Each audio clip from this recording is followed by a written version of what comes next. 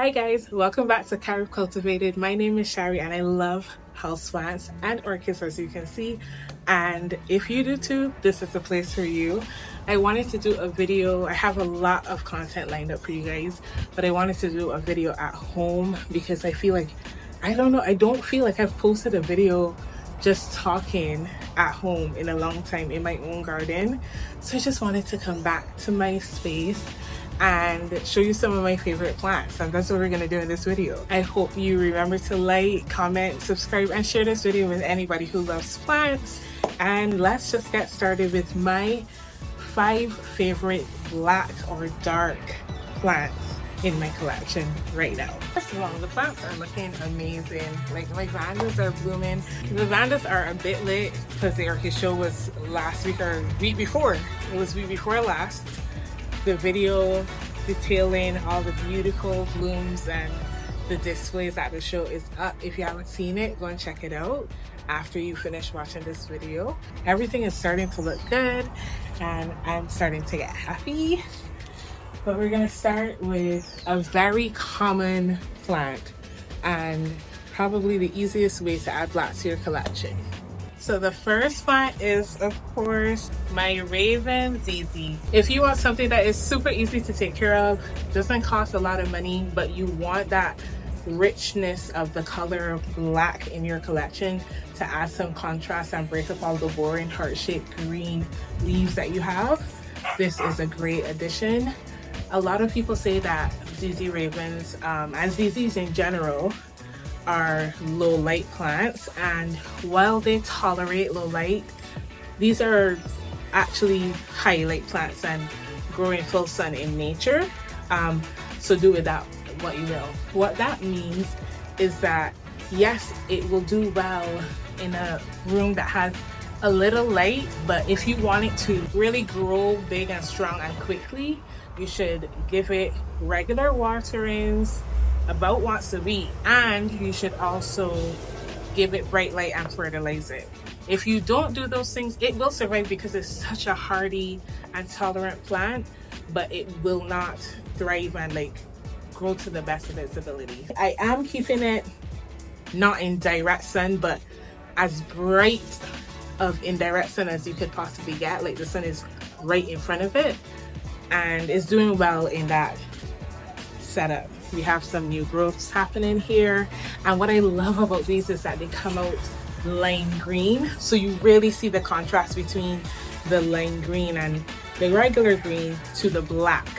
It's such a lovely plant. It's an amazing plant. So I'm looking forward to these new shoots turning into leaves. I do have to repot it because I can feel all the bulbs in the pot. It's swollen. So that's plant number 1. Y'all can let me know if you have it. Have y'all noticed any difference in care between this and the regular one? I haven't, but might just be me. A lot of people will go for the white variegation, but I think that's very basic. Of course, I love white variegation. I love cream. I love lime green, the chartreuse. I love that variegation, right? However, having black plants, there's something that cannot be. Black is something that can be replaced in your collection and in life. Black is just such a gorgeous color, and it gives such depth and moodiness and royalty almost to your collection. So I really love and advocate for black plants as well as the white variegation. Let me know if you want me to make this a series where I show you my favorite plants by color. So for example, silver, lime green, black, multicolored, white, that sort of thing, because I would love to. I think it's a much more fun way of showing you my collection. I know I have to do a collection tour at some point. I am honestly just dreading the editing of it because it's going to be so long. Obviously, look how many plants are in here. You can't see the whole veranda from this shot, so it's going to be a long video. So in the meantime, let me know how you feel about the colors and grouping the plants like that and getting like a sneak peek of my collection in that way. My next one is one, I've been growing this plant on and off since I started collecting plants. I've had a huge Calathea phase, and then I was like off of Calatheas, but I think I'm back on because the next plant is this. Look at her. Oh my gosh. She's about to go to bed. You can see that the leaves are starting to point upwards because the sun is about to set.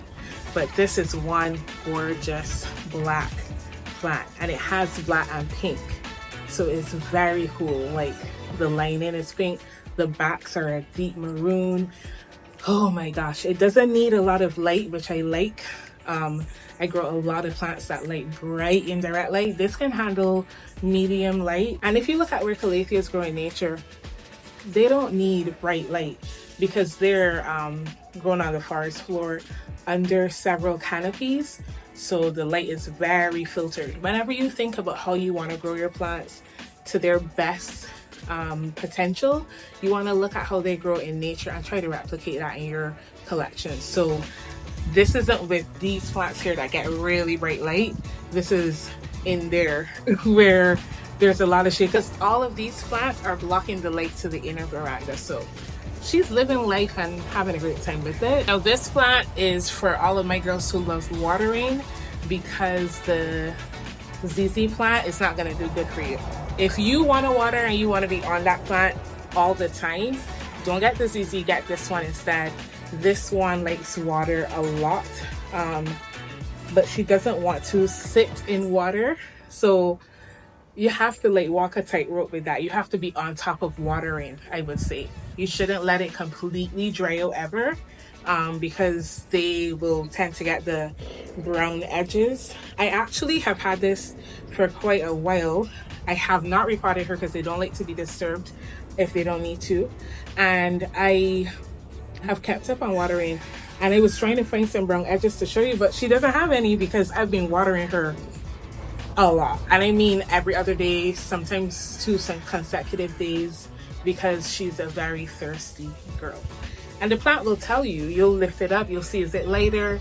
Does she need more water? Is the soil already soaking wet? Is it damp enough already? If so, you don't need to give it any more water. But yeah, this is my Calathea, is this a Dottie?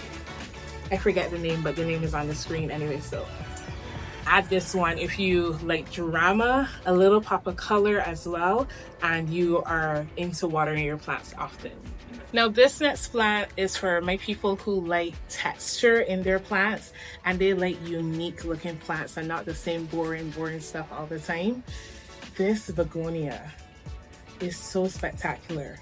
I had inherited this huge begonia plant and I split it up. I had given a friend piece and then the other piece died, but I saved like a 2-leaf cut-in from it, and it's growing really beautifully. I'm really proud of how far this has come, and one day hopefully it will get big like that video, because do y'all remember that? It was one of my shorts on YouTube.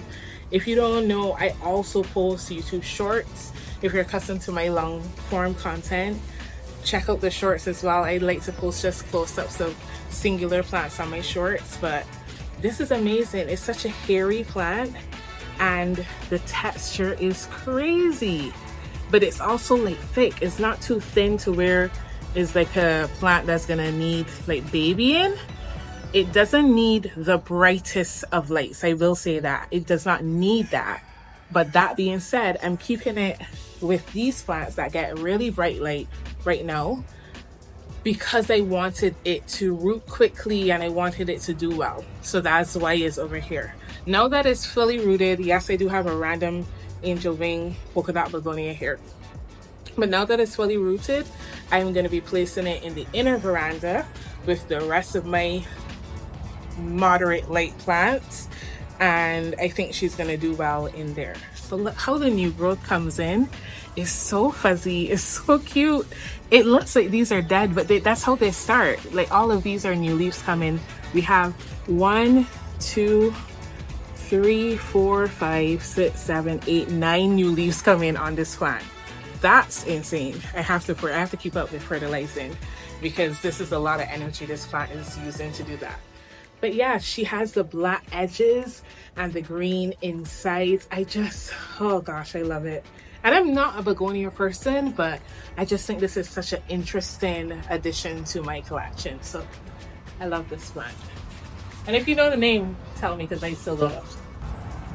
Our next plant is a fan favorite, one of the more, at this point, more basic Anthurium, and that is going to be Anthurium Luxurians. I have a new leaf coming. I love this little baby. I'm proud of how I've grown her to this size, even though it's nowhere near a big Luxurians. It wasn't this size when I got it. None of these are original leaves at all. It was much smaller. So I'm very proud of it. People say this is not that thirsty, but she's a thirsty girl for me. This is what happens when I don't keep up with the watering. And it wasn't that long, but if she completely dries out, this is what she does. So I would say make sure you pay attention to what your plants tell you, because even going from specimen to specimen, the same plant, meaning two different Monstera deliciosas, can need two different things in different environments, and just because of their genetics. Just like how you had maybe a sibling, you have the same parents, but you are two different people, even though you come from the same two parents. It's the same thing with plants, I think. Just because it's been, even when it's like a twin, twins need different things, you know, twins like different things. So even if it is a plant that has been cloned or tissue cultured, going from specimen to specimen, you might notice that different specimens need different things. Just pay attention to your plants and respond to what they like. But I really love the cardboard texture. I'm so excited for this new leaf. They come out red and then they grow up harden off to this dark deep green to black. It is such a delicious color and texture and vibe, and something that is very different than the regular plants you might collect, especially if you're now starting out. So I love Luxurians hybrids. They always have this texture and I just love it, love it, love it. So bumpy and like cardboardy and thick. Love that. Now, I could not do this video without doing everybody's favorite plant in my collection. This plant has influenced so many different people to step into the world of Alocasias or to expand their Alocasia collection, and that is my Alocasia Scalprum. I mean, I don't feel like I need to say anything at all, but that's not my style. You know, I'm a yapper. I always have to say something. I'm really impressed with this plant. It has outperformed anything I would have imagined. It is the easiest Alocasia ever, and the dark black foliage is just to die for. Like, it is amazing, and every leaf is gorgeous. Every leaf comes out beautifully. I don't get much pest problems. Please God, don't send any. It is coming up to summer though, so I want to encourage you to definitely preemptively treat for pests. Make sure you're fertilizing your plants so that they have what it takes to deal with pests. But thankfully she has not had those problems. But what an amazing specimen. What a beautiful girl. My favorite plant in my collection right now for sure, in terms of ease of care and just general beauty. Oh my gosh, and it's a black plant. It doesn't have any variegation, it's just gorgeous, you know? I have other black plants, like I have my dark Fregetia, I have some dark Crystallinum, I have a dark queen, but she's not doing very well. But these are the ones that truly present as black, and that's why I wanted to feature these. Gosh, I love it. 10 out of 10. Look at that. Isn't that amazing? I hope y'all can see what I mean. Like, the vibes are just phenomenal. But I hope you enjoyed this short video, and if there's any black plants, or especially if they're easy to care for, that I should be collecting, comment them below, because I really would like to add some more to my collection. I'm planning to add more dark Anthurium in the very near future to my collection, which comes at a pretty penny, but that's what I want. Like, I like dark foliage so much, and I like Anthuriums a lot, so that's what I'm gonna do. So you're gonna see a lot of black in this background really soon, because that's just what I want. It's just I just love it. I can't say anything else. I just love it. But thank you for watching all the way to the end. If you did, drop me a heart emoji below so I know you made it to the end. And yeah, I hope your plants are growing really well and that you're enjoying your hobby and it's not becoming a chore. And if it is, step back, reevaluate, maybe downsize, switch up the setup of your plants to where you fall in love with them again, and try to enjoy it. Life is hard enough as it is, so let's enjoy our plants and our orchids. Thanks for watching. I'll see you on the next video. Bye.